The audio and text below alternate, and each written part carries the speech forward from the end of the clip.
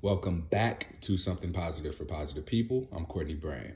Something Positive for Positive People is a 501c3 nonprofit organization that connects people who are struggling with mental health. Or wait, see, that's why I got a notification. I don't understand why do not disturb does not mean do not disturb. I should have no notifications and it's still popping up. You gotta go into the settings. I'm not gonna do all that. And be more specific as to what kind of calls. Like certain calls will still come through and certain notifications, but you gotta go in there and like say nothing. This at is all. this I had is to figure that out the hard way. this is my life. It's just constant notifications unless I mute them or just walk away from my phone. But like I do everything on my phone. Like it's work, it's the social media stuff, it's the speaking to people, it's my family, friends. Last week I looked and it had 12 hours of screen time. Now mind you, if I record a podcast, however long I'm recording, the screen has to stay open, right? So that time contributes to my average daily use of screen time. So that aside, let's say I do 3 podcast recordings in a week, and then I have to upload it and set the phone down. I would say like I'm on my phone probably a solid 9 hours a day because I record the videos of when I'm working out. I'm texting, making sure people are coming to the gym. Yeah, it's a lot. So Yeah. the do not disturb function, it should do more. It should be like, no, do not disturb. If someone calls me twice, I think that it should go through because someone told me that they had it set up that way, but I'll figure it out. This is a one-off situation where I just don't have my mic. I'm recording from my home instead of down at the gym because it's cold. I'm gonna be flat out with you. You remember last recording we did, I was ready to go because it was just cold. Anyway, yeah, Something Positive for Positive People is a 501c3 nonprofit organization that connects people who are struggling with herpes stigma to mental health resources. All right, so now we left off part 1 of this episode, Black Minds Matter, which I'm glad you liked the title. I don't know where it came from. It was just like, damn, this is a very good, powerful conversation that we were transitioning into. But I was also, on top of being cold, worried about the cutoff time of the recording app that I use. Turns out I can go over an hour. Didn't know that before. So this podcast can be as long as it needs to be for us to make sure that we get all the points across. So if you haven't checked out part 1, this would be a good time to go back and listen to that. The episode's 171, Black Minds Matter. And I think the IG live is posted up on H on My Chest Instagram.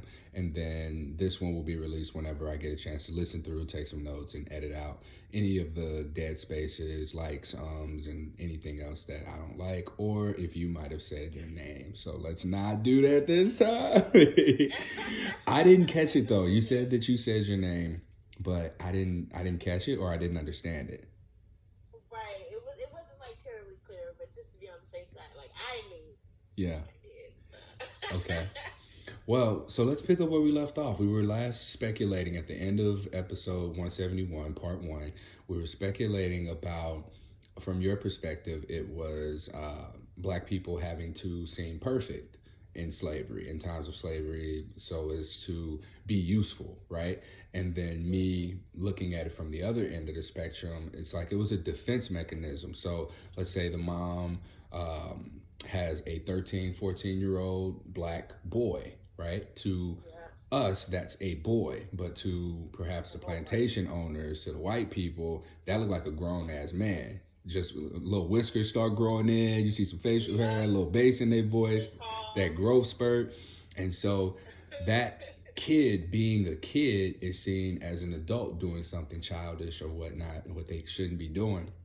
And then the parents have to protect their kids. So how do you go about doing that? You have to do what you gotta do. That's the whole thing of survival. So if that means talking down to your kid, if that means calling them stupid and hitting them in front of the plantation owners and everybody else and telling them, hey, you ain't got no sense, you don't know no better, and having to consistently do that so that that person stays under the radar and gets a little bit more grace from society, the status quo, so to speak. That's all we got. And again, it's about survival. It's not, we're not really, at that point in time, we're not given any opportunities. When opportunities didn't exist, we just had to do what we had to do to make it to the next day.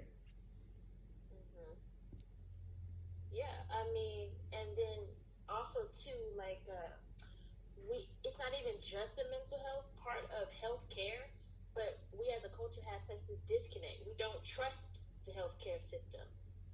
You know, I remember when I had to be hospitalized, and they ended up keeping me longer than I expected. And I remember my dad saying, "Yeah, see,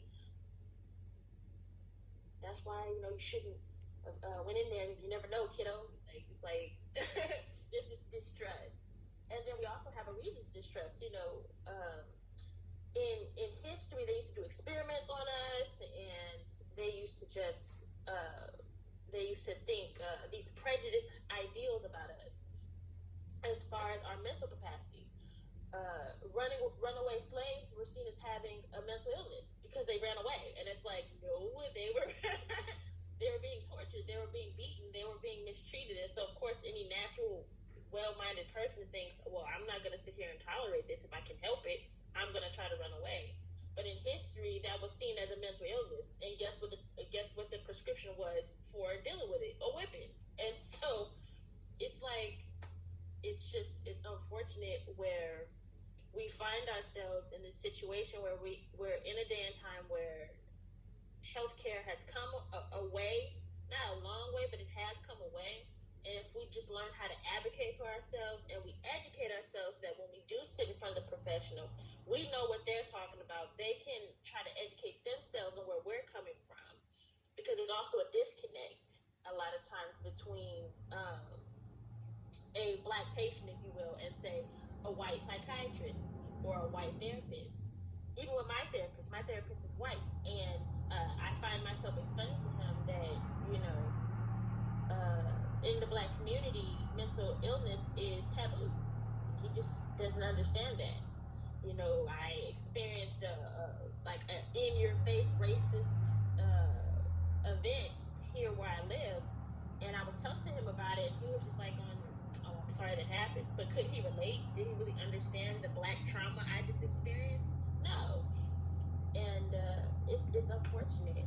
I did a research paper, and I found out that there was a study released in 2019 where they looked at the files of about like 599 African American patients who were diagnosed with schizophrenia, but they were misdiagnosed because the people evaluating them ignored their mood symptoms.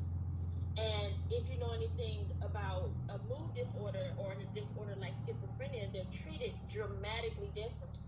With the medications that are prescribed for people with schizophrenia, totally different than with people like myself who have bipolar disorder. I mean, even I was misdiagnosed initially. I was originally diagnosed with just having bipolar disorder. They didn't know where I fell on the spectrum, if you will. And I was prescribed an antidepressant, which unfortunately caused me to go into a raging, angry, manic episode. Because it turns out I have mixed episode bipolar disorder. But the psychiatrist who evaluated me originally, she just didn't pay attention to all that. She just said, "Oh, you got bipolar. Here's some antidepressants," which I found out when I was hospitalized that wasn't even appropriate to give me in the first place at all. Yeah, And what so it's just unfortunate. what was implied with that? Like that bipolar people are depressed? Well, when I think about when I was initially diagnosed, I was in IOP, intensive outpatient care or program, if you will. And while there, it's um, it's like a month to a month and a half of treatment where you can leave, but you have to come back and go to classes like about like 4 times a week. And so when I was there, when I was being evaluated, I guess she just said, "Okay, well, I'm evaluating her, and it seems like right now she's in a depressive episode, so we're just gonna give her antidepressants and see how that goes." And then, and then they gave me Seroquel at a low dose for sleep. Come to find out, after I go into this raging manic episode, where now I'm having, thoughts of hurting others, and then I end up in this altercation where I actually almost ended up hurting somebody. I took myself to the emergency room, and they medically cleared me, because sometimes like stuff can be going on with your health physically that can cause psychiatric symptoms. But once they medically cleared me, um, they were evaluating me, and then that's when they sent me to the psychiatric facility. And so while there, I got evaluated by another psychiatrist, and he was. I say this because it really makes a difference. He was a Polish man, and the way that they look at psychiatrics is totally different than, I guess you say, your standard American psychiatrist. And so he really talked to me about like my history, like with my family, really got to know me, even though I was in a state of poor judgment. He was able to see past all that, and he asked me questions about like my family history as far as relationships were concerned. Asked me about my childhood. Asked me about things that have to do with manic symptoms, like how was my sleep as a kid, depressive moods. Did I ever find myself being extra sad as a kid? And then just going through all of that. There was even a point of my life where I wasn't like on drugs, but I was kind of like experimenting with drugs. I had took ecstasy. So instead of judging me about that, oh my God, you shouldn't take ecstasy, he's like, well, how did it make you feel? What was the effect? And when I got to explain how it made me feel, that also put into perspective how I am when I'm manic. And then after evaluating all that, he came to the conclusion that I most definitely shouldn't have been put on antidepressant, that I was actually bipolar with mixed episodes, which is in itself kind of rare. A lot of times you'll either be bipolar where, you have a manic episode, you have a depressive episode. But with me, I experienced them either at the same time or really close together. And so that can turn into angry, raging rampages. So what he did was he took me off the antidepressant, and the medication I was on for sleep, Seroquel, he actually raised the dosage to a mood stabilizer.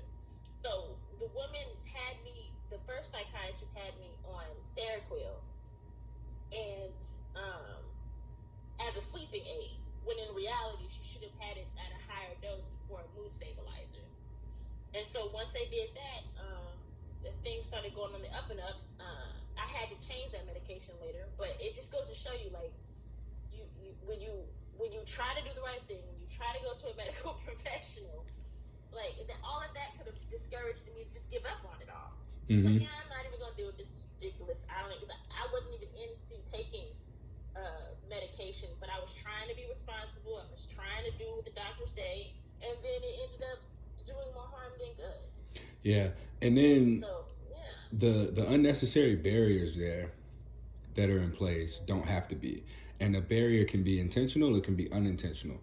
Perhaps it was unintentional that someone bipolar with manic episodes, the upper manic, the upper type of bipolar, right, is given antidepressants. So anti-downers is what I'm hearing. So this didn't help shit. What was the correlation there?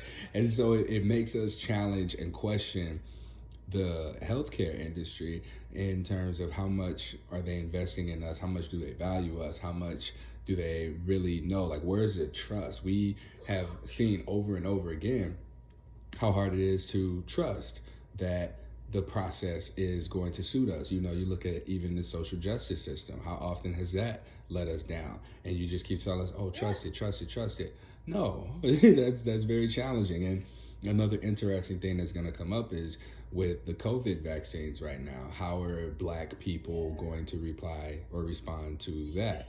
I know some people who have gotten it, I know some people who ain't touching it, and I know some people who are on the fence. So it'll be really, something that we got to observe as we move forward, like looking at these kinds of things and asking questions. What's in it? What's going to happen to me? What's happened to other people with it? But if we aren't even given the bare minimum basic tools of you know, equitable. I want to say equality, but I think I mean equity. We're not giving like good health equity, and I say that like It's not. both. Yeah. It's really Okay. both. Okay. Because I mixed it Yeah. up, and I don't want to say the wrong shit. But No, it's of economic and equality. You know, it's both. okay. So being able to have education, to have resources, to be able to go to the doctor, because that's another thing. Another barrier is even going to the doctor at all. Because what if you don't have health insurance? That's expensive, and now that impacts your livelihood. Can you afford to go to the doctor, or can you afford to stay sick for a little bit longer, figure out what it is, but still make it to work every day and have your paycheck, pay the rent, and pay for the bills that need to be paid, and pay for groceries to take care of you and your family? So people aren't realizing that these are real life, day to day decisions that people have to make. If I'm coughing, oh shit, I don't want to go and get a COVID test, so let me zip my shit up, keep my mask on, and like hold my coughs until it gets so bad that it's something physical or you just can't hide it anymore. Then you gotta go. Then you gotta miss however much of work. And people are deathly afraid of that because the opportunities Yeah. that are out there, the jobs that are out there, we can't afford to miss work. We can't afford to have to call in sick. We may not even be able to call in sick. We can't take vacation time. Right. And The like whole part. it continues to get it deeper and deeper the more we start to explore it. Yeah. I mean, I remember a time where um my dad, he he was sick. Like he was on the couch, could not move, in pain, sick.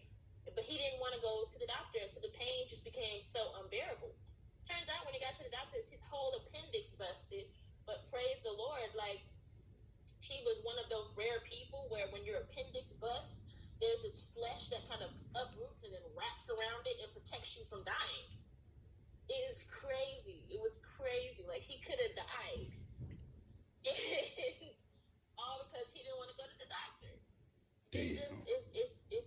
it's a lot. And he's a hardworking man, he just like I gotta go to work. And That's then he it. couldn't do it. Mm-hmm. And it was just it's really unfortunate. And then too, it's like a lot of times they're just not whether it's a psychiatric facility, whether it's a regular physician, they're just not prepared for the differences that occur in African Americans versus what the standard is, which is usually Caucasian. Most standards are set by a Caucasian standard. And so when you talk about things like a vitamin D deficiency, set by a Caucasian standard, but operates totally different in the African American. A lot of people don't know that. There's a lot of African Americans who are being told, oh, um, you're vitamin D deficient, based on the standards of a white person, but in reality, we're not. Mm. And so, That brings up a good point too, in terms of standards in general, not just for our physical health, but also for our physical health. The idea of what it means to be a man is completely different for men versus black men, right? And looking at the obstacles that are there, like how many obstacles are there in the way of men being men versus black men having to live up to the standards of what it means to be a man. Let's Talk Bruh is a podcast that's on black masculinity. And if anyone is interested in checking it out, I think that the host, Jeremy, does a damn good job of giving us tools in place in order to help us navigate that. hmm, yeah, I mean, it really is. And then you have those biases. Um, I know when I took myself to the emergency room, and I'm just gonna be honest, I got to a point where I was not taking care of my hygiene. I was not taking care of my hair. My hair was matted to my head. Um, I was a hot mess. But then, and a lot of times, what I'll do is after I have an appointment, I will get the medical record. I will get a copy of their notes and see what it is people are saying about me or what their evaluations were or what their notes are on me. And so I got my records and I looked at my notes, and I was classified as being well groomed. There was nothing about me that was well groomed when I went in at all. So even So all right, it's just so like being there. And go ahead. Now, let me ask you this. So, if you're being evaluated by white doctors and they were to have said you weren't well groomed, how would that have made you feel? Like they were paying attention. Because that's the thing. Ah, When you're a lot of times we want to be in denial about our state, and that goes back to the conversation that we had in the last episode. That always happen to be presenting as perfect. You know what I'm saying, or being presented as okay. Oh, somebody asks you how you doing. Oh, I'm fine. When in reality, you're drowning from the neck up, and you just don't know where your next break is going to come. When you're honest with yourself and you know the state that you're in, and you can be real with yourself, if they would have said on that paperwork, oh yeah, disheveled, not well groomed, poor hygiene, I would have been like, yeah, they were paying attention. There was no way they should have came up with well groomed with the way I was looking. yeah. There was But, no way. but we got so much style, you know what I'm saying? Like all the versatility and how we do Yeah, things about and ourselves. that's true.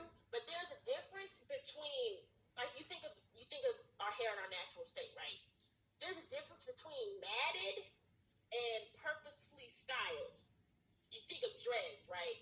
Dreads, you have free forming dreads, and then you have dreads that are, I guess you could say, I guess you could say formed, right? Even with free forming dreads, they're not flat and matted to your head, and you know what I mean. Like there's a way to look at it. My hair was like stuck to my head. It was disheveled.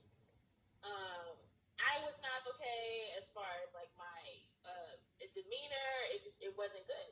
Mm. And then you have a facility who's not prepared to give me what I need to get it together.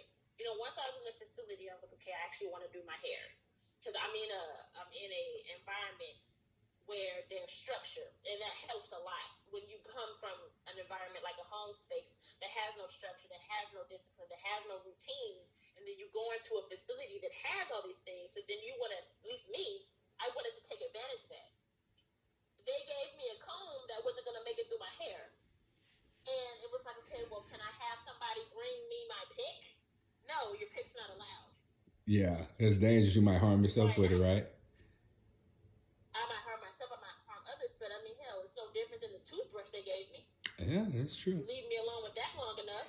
You see Yeah. what I'm saying? And Mm-hmm. so they gave me shampoo, no conditioner, and then it took an Asian man looking at my hair, and he was like, "Oh yeah, you need conditioner." And I was like, "Thank you. You have that? Can I get some of that, please?" Like, and Yeah. so It sounds like you were yeah. in a prison or jail or something. No, believe it or not, believe it or not, the facility I went to was actually a pretty good one, and I have it in my uh, I have it in my file as a place I prefer to go. Okay. It was a pretty good one, but I mean, they had their shortcomings. Like, I experienced racism in there.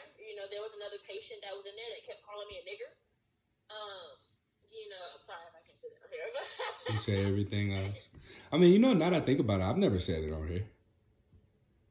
yeah, well, I mean, I wouldn't say it. I just wouldn't say it that way either. But I just never had a reason to. It fits. You good?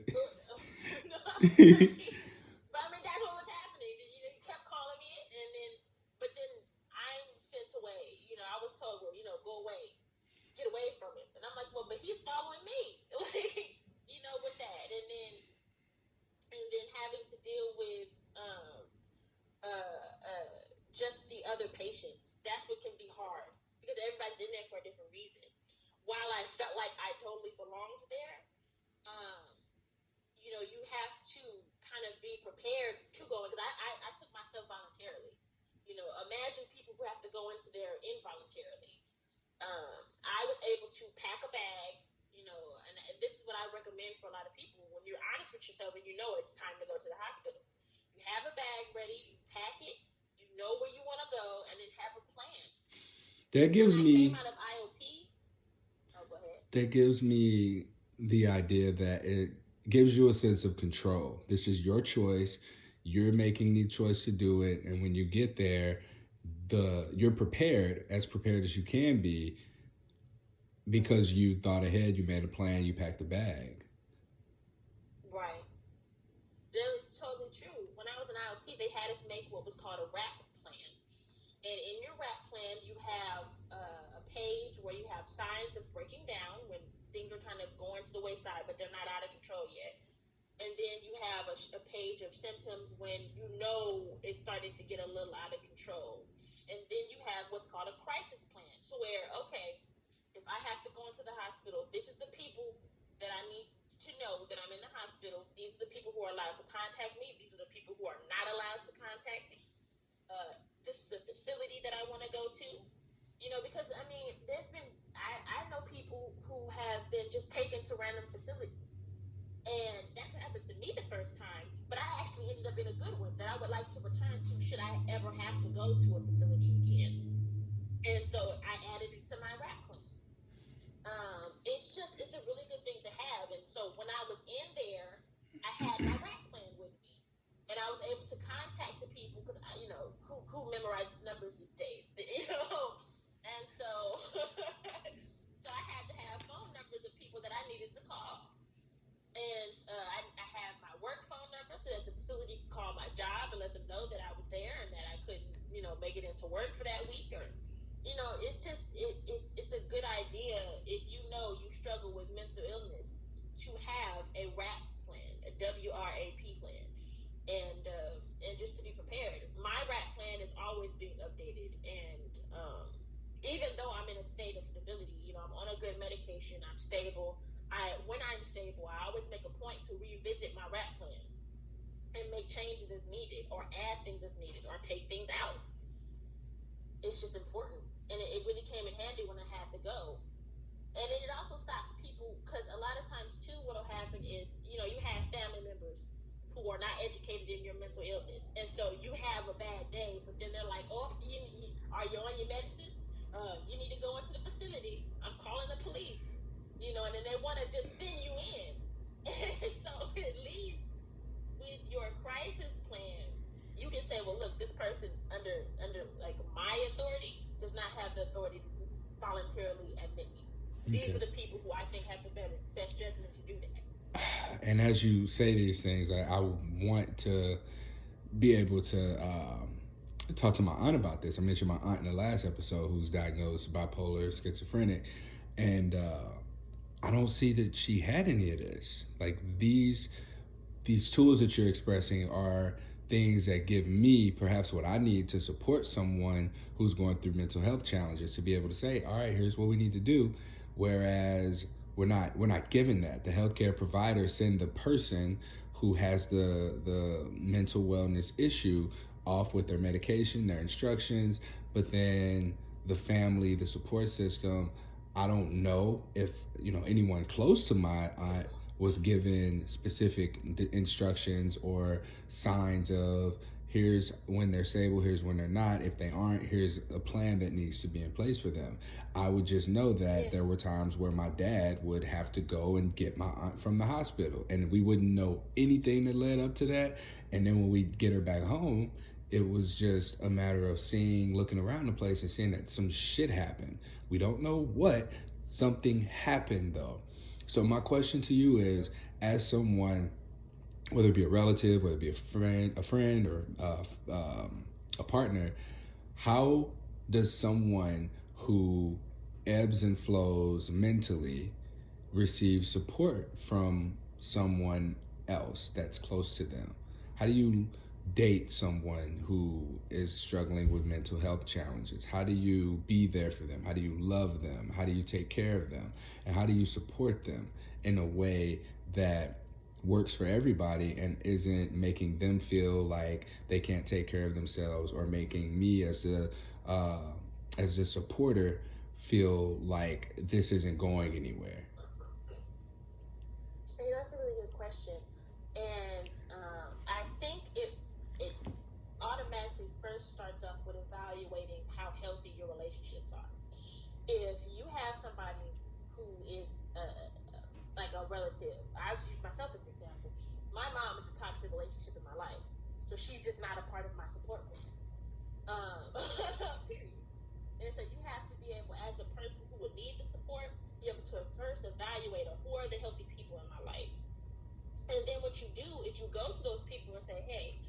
trust you. I think that you're a healthy relationship in my life, and this is what I need from you.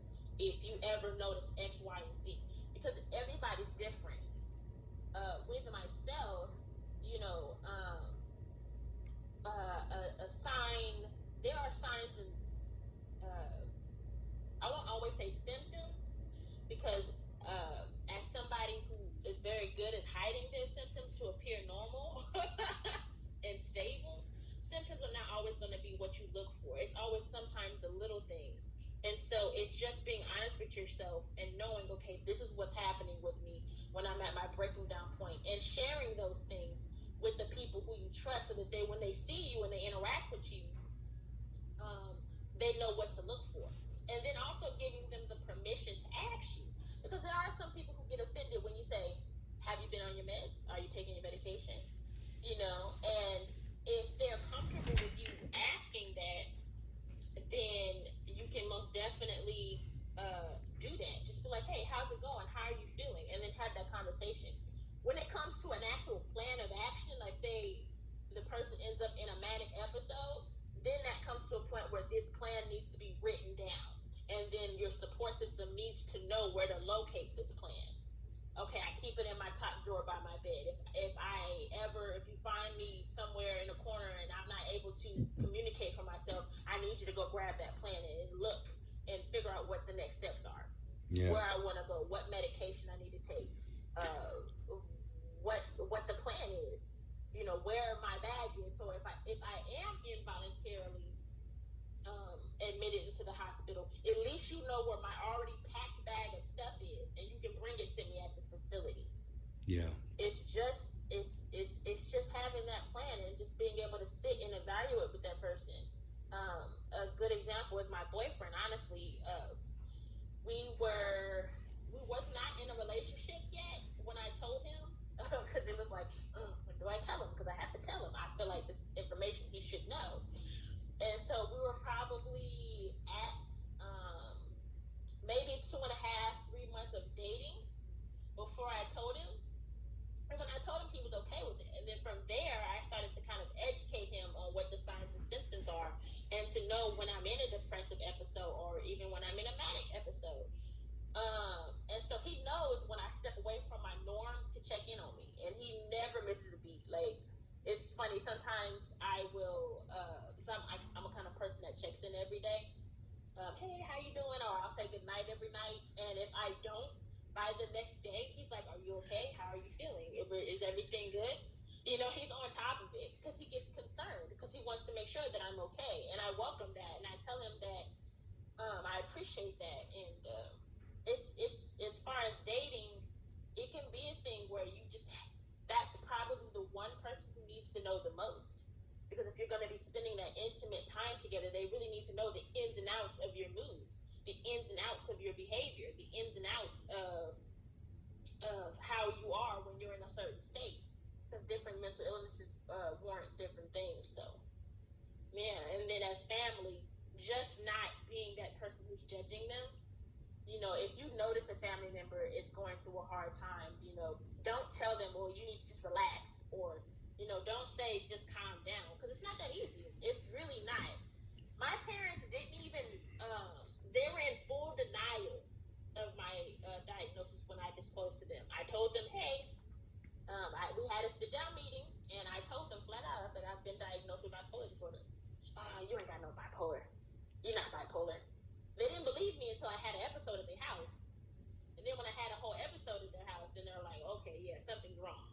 Yeah, that something is bipolar disorder. I told you.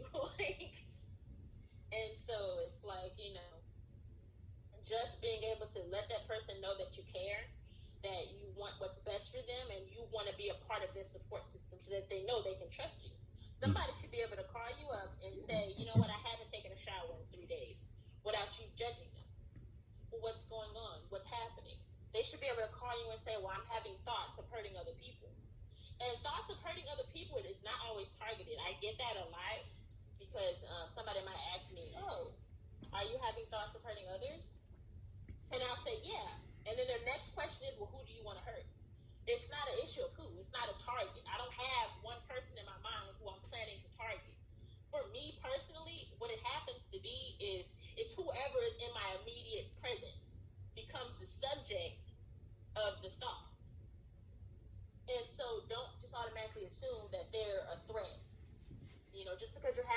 thoughts of her together doesn't mean you're actually going to act on them. Yeah, that makes sense. So, yeah. Wow. There were a few things. I felt like I was waiting on my turn in double dutch. I was like, but I didn't want to cut you off because you going in.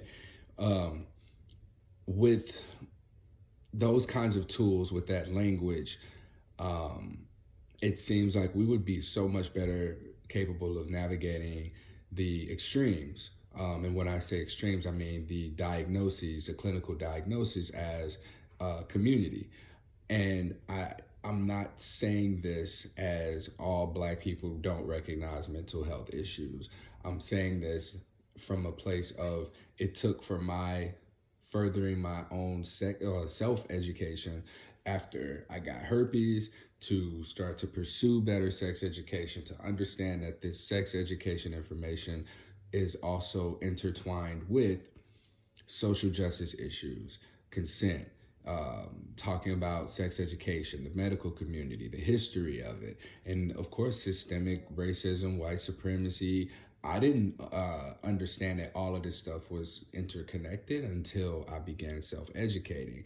So with my self-education and being able to elevate this topic of discussion here, I still don't feel like this is me doing enough. And I don't necessarily know how to expand beyond that, because I know that my mom, my grandparents, my dad, his grandparents all had this collective belief and would say the same phrases that I mentioned last episode of someone being retarded, someone being slow, someone being crazy or weird, because they were doing things that expressed a need for help.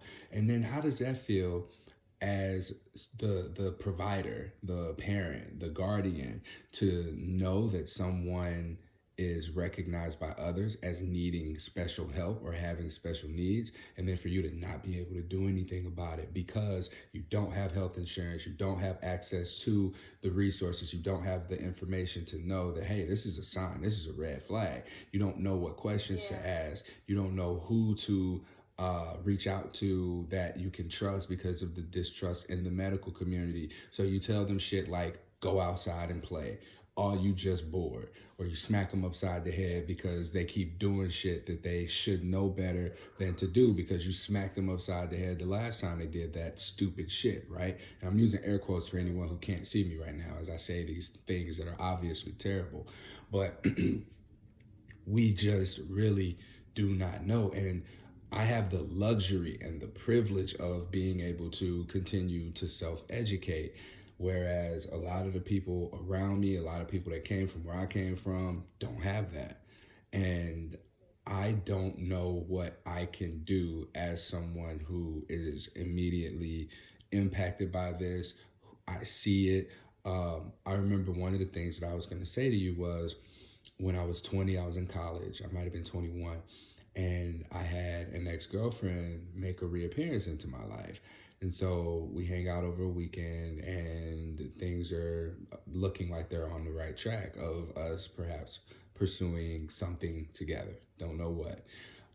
And she leaves and goes home and she calls me and she's like, all right, what are we? It's like, whoa, we just started talking, like we just reconnected. Yeah. And at the end of it, I was like, well, let's see what happens. It's like, if I have to choose between dating you and not dating you right this second, I'm going to choose with not dating you, obviously, because whatever.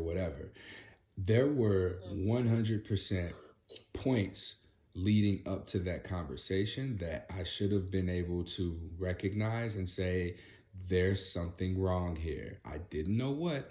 I knew that she was someone who was sick often. Whatever sick means, she would just say, I'm sick. There was no language around it. She didn't feel good. She was sick.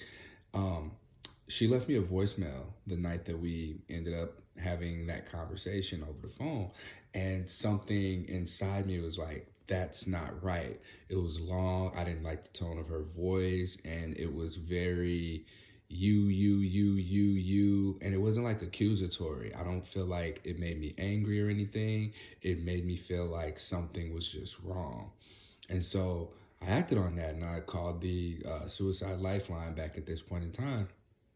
And I didn't know her address. I just knew her first and last name because she wasn't answering the phone when I was calling her. I was texting her, couldn't get in touch with her. And so they were able, I described where her house was. They were able to get there. And I guess they got there in time because a few hours later, her brother had ended up calling me. And he sounded like in shock. And he just said, thanks. Like, thank you.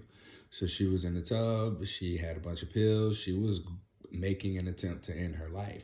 And I didn't recognize things leading up to this to give support, to offer help.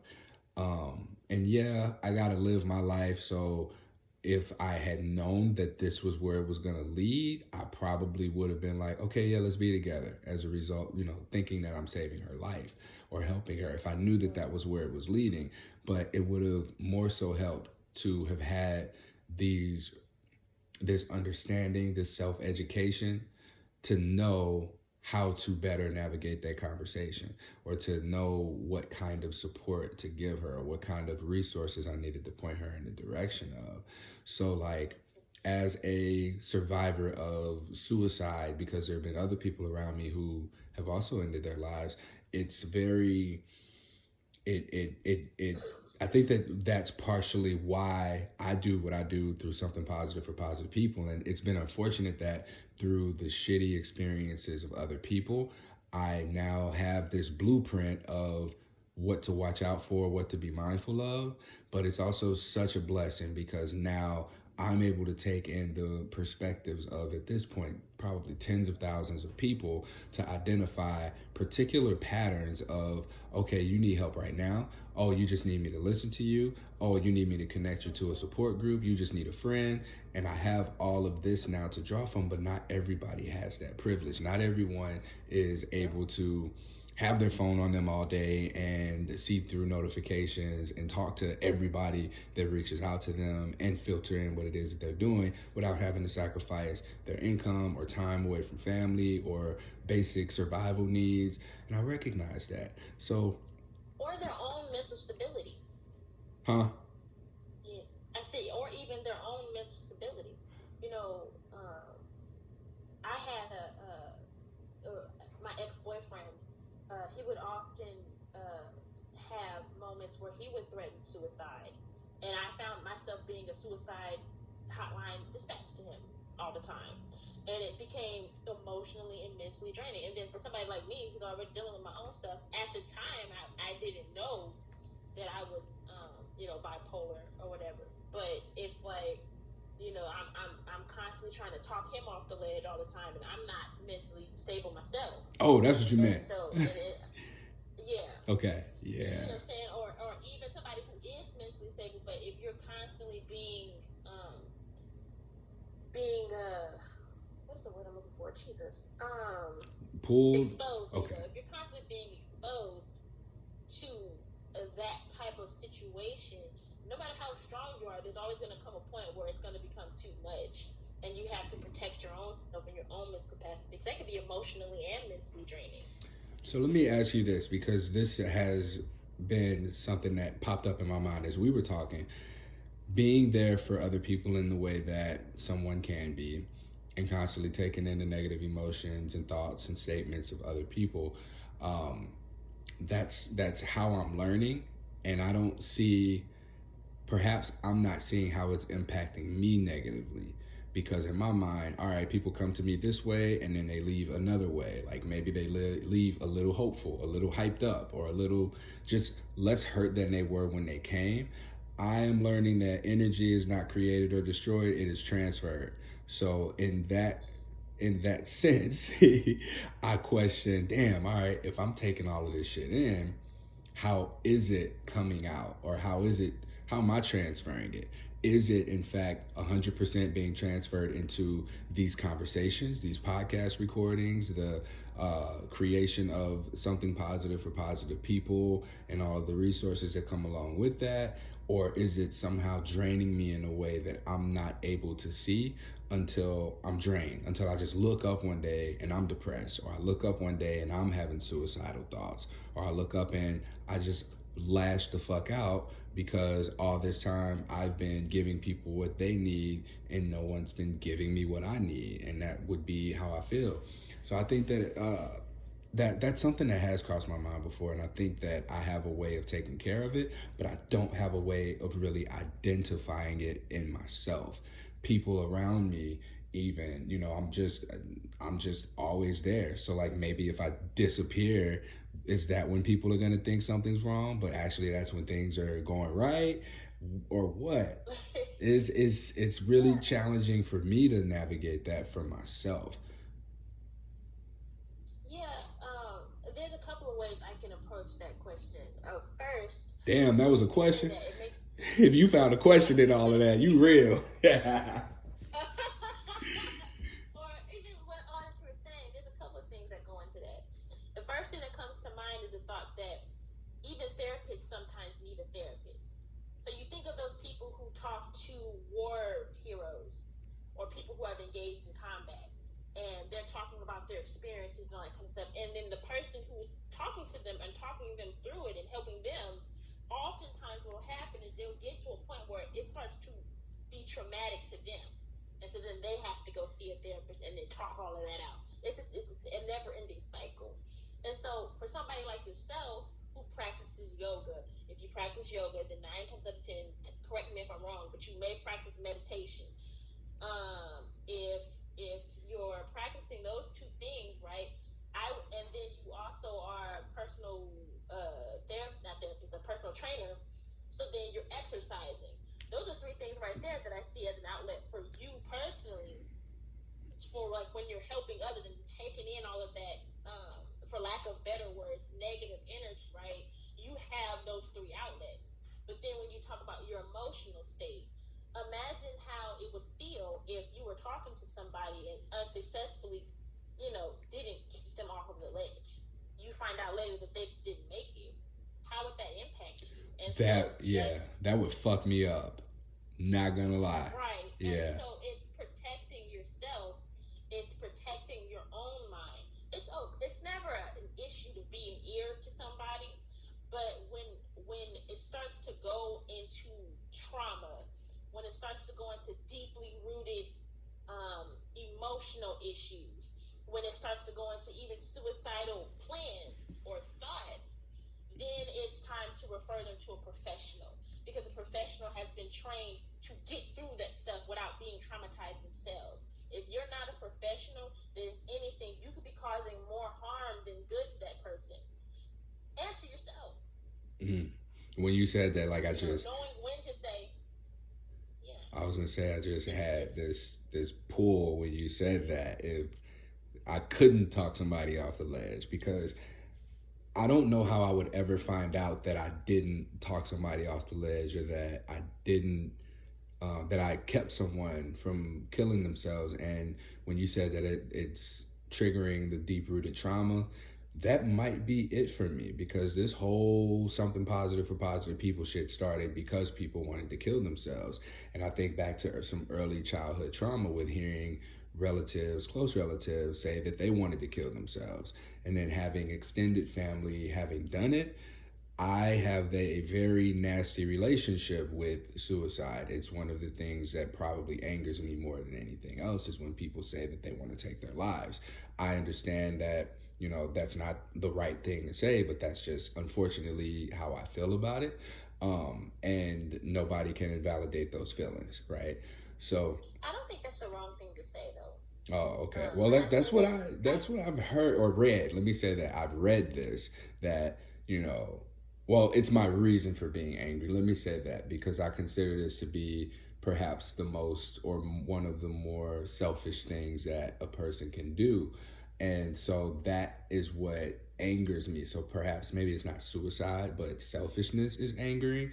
But I don't think that it's selfish. I think that I don't think that it's selfishness. I think that it is in fact suicide. Just considering everything around that, like everything that happens when the person removes themselves from their life. And I understand, I logically comprehend it, but if this is in fact my deep rooted trauma and trigger, then I understand that as well. And that's what's the priority to me. it's, the whole thing about, I don't like suicide, here's what I'm going to do about it. And so Right. thinking that somebody that reaches out to me, that, let's say they reach out to me outside of my window of time where I'm responding to messages, and I go back and I reply and they just don't say anything. I probably will never know that unless I think to myself, I wonder what happened to so and so. And I go back and their page is gone or some shit like that. And I've had people that's happened a few times and they've been okay. And I've never really been scared, but I think about when I take breaks from social media and how much anxiety I have. I have more anxiety not being accessible than I do being accessible. Yeah, and oh, okay, good. I'm practicing being a good listener. But like so much I was thinking about as you were talking about Oh, that, let it out. and so there's two things.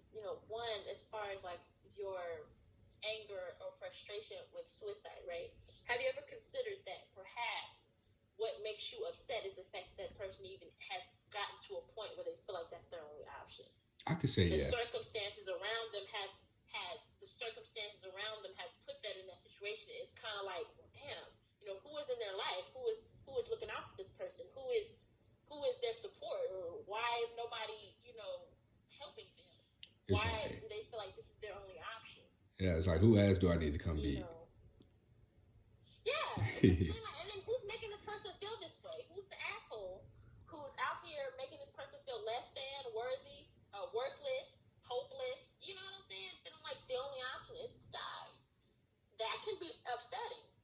That can be angry. It's like, damn, like, why isn't somebody doing better by this person?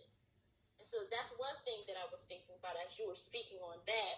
And then two, when you were kind of touching on your anxiety of taking those social media breaks, because you've become this resource for people to kind of be an outlet to, and you recognize that.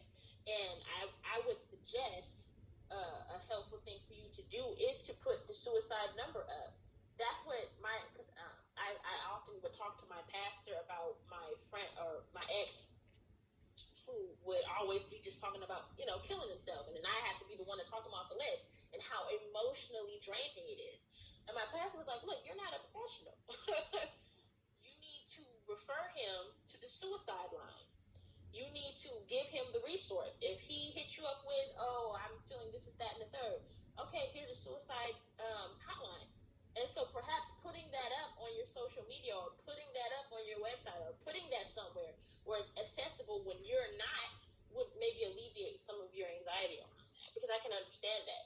Because I was there, if I missed a text from him or if I missed a phone call from him and he was talking about being on the ledge, I would drop everything, and it became a problem in my life. Mm. I would drop everything just to take care of him, and really, ultimately, it sounds messed up, but once, like I said, it gets past a certain point of being helpful, then you have got to refer that person to a professional.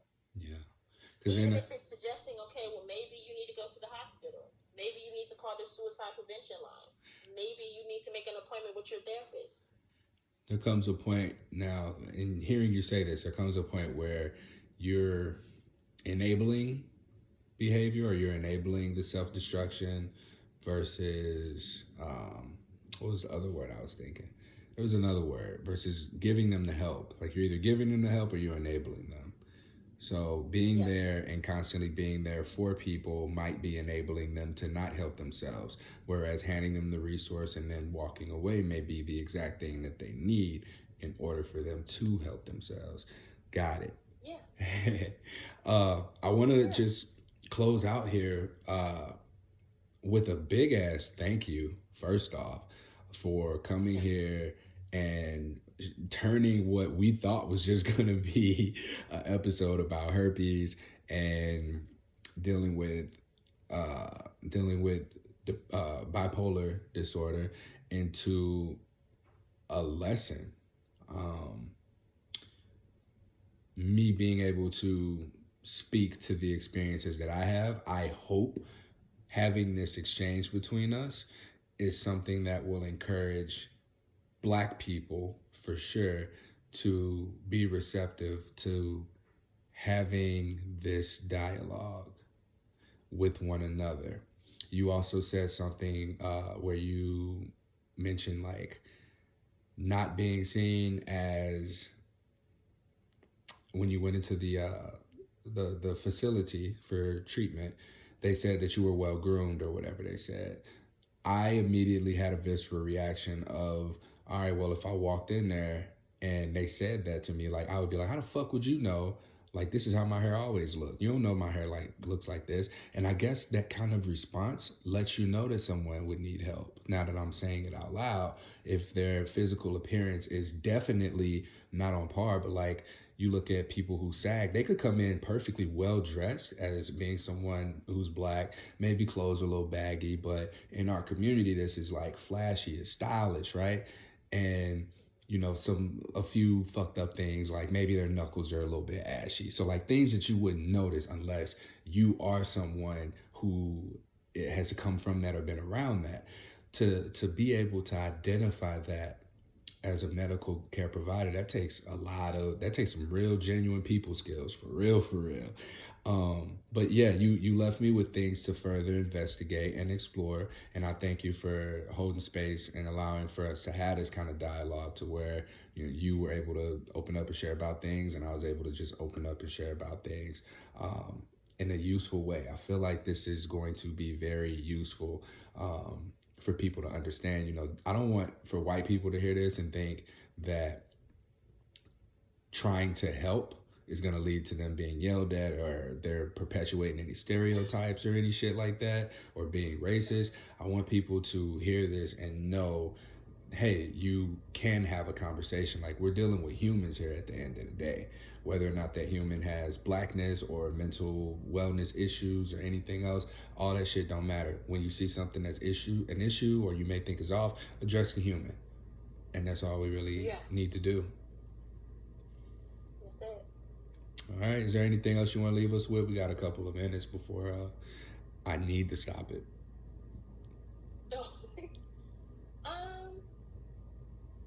Just, if you don't practice anything in your life, practice love.